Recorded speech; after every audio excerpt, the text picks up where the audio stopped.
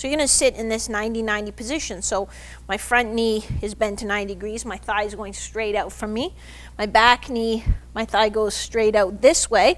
So that's a 90-degree angle, and my knee is bent at 90 degrees as well.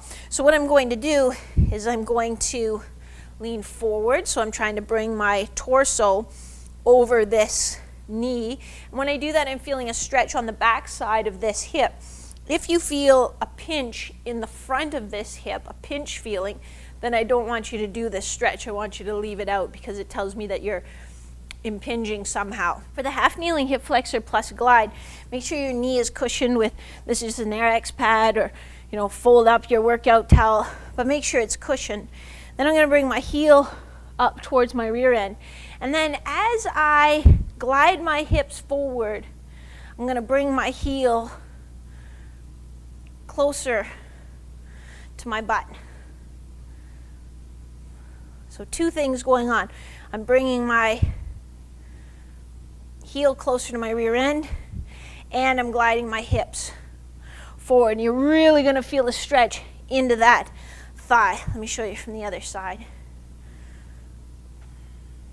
And ideally you would grab at your ankle the way I am. I know some of you might not have the mobility, so you might end up grabbing at your toe, which to me is fine as long as you're not having any ankle trouble. The other option is you could fold a towel, wrap it around your ankle, and then hold the towel as you pull. This is a 3-way hamstring stretch, so I'm just using a yoga strap. You could use a piece of rope or a belt or a bath towel or anything that you have. But to start off, I'm going to bring that leg straight up, so straight in line with my shoulder, till I feel a little stretch in the back of my thigh, keeping my knee perfectly straight.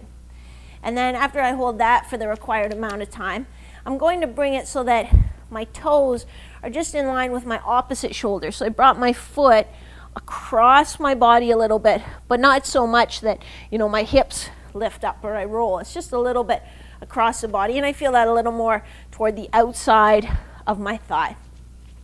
And then after I've held that for the required amount of time, then I'm going to bring my leg out to the side, but again, not so far that I roll my hips, just as far as I can, so that now I'm getting my adductors in on all the fun. So I think you already got the idea that I really like push-ups and their variations. So here's another one for you. Make sure your feet are a little bit wider, your hands are a little bit narrower. You're going to do your good full push-up, but then when you get to the top, Superman. Strong, lock it in with your torso, stay nice and level for each rep.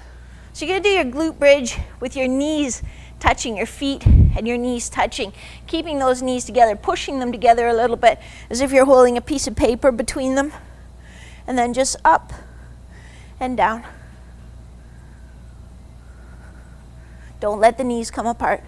So when you do your 3-way lunge, or 3-way squat rather, you're going to stand on one leg, you're going to go 3 directions. So for this one, it's going to be straight out to the side, and then you're going to come into a reverse lunge, and then you're going to do a little cross under squat.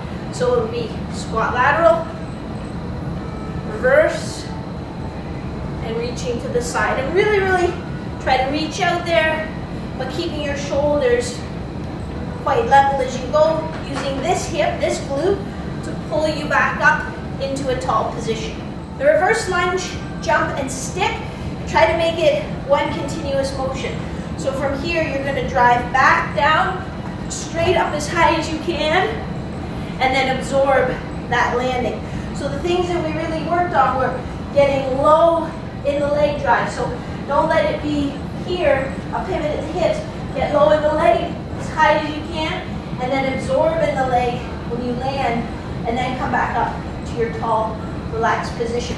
We talked about that idea of being like a ninja when you land, making that landing very quiet, using your muscles to absorb that noise. The standing bent knee hip circle is really, really hard, and I want you to imagine that your leg is in a pail of honey, so there's a resistance there, and you're creating that tension with your mind and with your muscles. But you're going to bend your knee, and you're going to draw as big a circle as you can,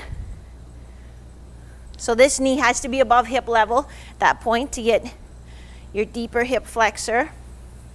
And you can hold on for balance if you need to, that's fine. But again, you're generating some tension there, making those circles as big as you can. And remember, you have to go the other way as well. Let me just show you from the side.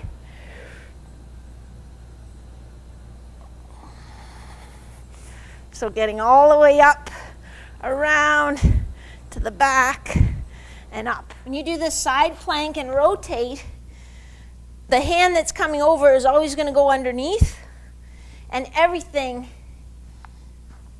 is going to rotate together. So we don't want your shoulders leading your hips, or your hips leading your shoulders, which would look like a twist through your torso. We want it all to move together.